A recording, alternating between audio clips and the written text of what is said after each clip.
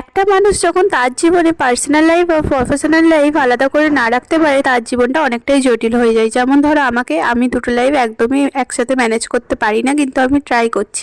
তো যাই হোক, আমি ঈশা, তোমরা নতুন একটা নিউ ব্লগে তোমাদের অনেক অনেক ওয়েলকাম।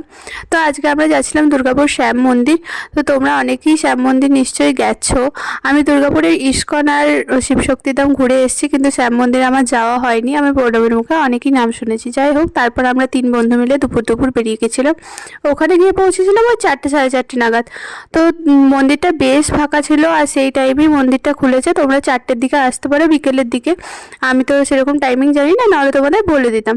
আর সকালের দিকে আসতে পারো, দুপুরের দিকে অ্যাভয়েড করো, কারণ দুপুরের দিকে মন্দির বন্ধ থাকে।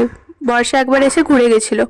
তো যাই হোক, আমার যেহেতু পিরিয়ডস হয়েছিল, অনেকেই পিরিয়ডসের সময় মন্দির যাওয়াটা অ্যাভয়েড করো। আমি মন্দির যাই, মোটামুটি প্রণাম টনাম সবই করি, কিন্তু পুজোটা দিই না, যেহেতু মানে আমাদের বাড়ি থেকে আটকায়। তো সেহেতু আমি পুজোটা দিই না। গেছিলাম তো অনেক কিছুই বলতে, কিন্তু ঠাকুরকে শুধু একটা কথাই বললাম, তুমি তো সবই জানো, তুমি শুধু সামলে নিও। তারপর আমাদের দিয়েছিল 3 জনকে 3 প্যাকেট মিষ্টি। তারপর আমরা তোমাদের জন্য রিলস ভিডিও শ্যুট করছিলাম, দেখতেই পেয়ে যাবে তোমরা নতুন পেজে। তারপর আমরা চলে এলাম বাইরে। আমরা এখন শ্যাম মন্দির ঘোরা হয়ে গেছে। সবাইকার কেমন লাগলো শ্যাম মন্দির?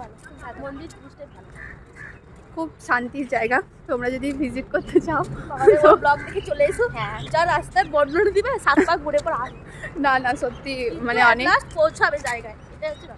হ্যাঁ, তো আমার ব্লগ যারা যারা দেখছো, অবশ্যই দুর্গাপুরের মধ্যে যারা যারা থাকো তারা তারা আসতে পারো। আর আমাকেও জানাও আর কোথায় কোথায় মন্দির আছে। হ্যাঁ, আমাকেও জানাও আর কোথায় কোথায় মন্দির আছে, আমিও তাহলে ওখানে যাব দেখতে।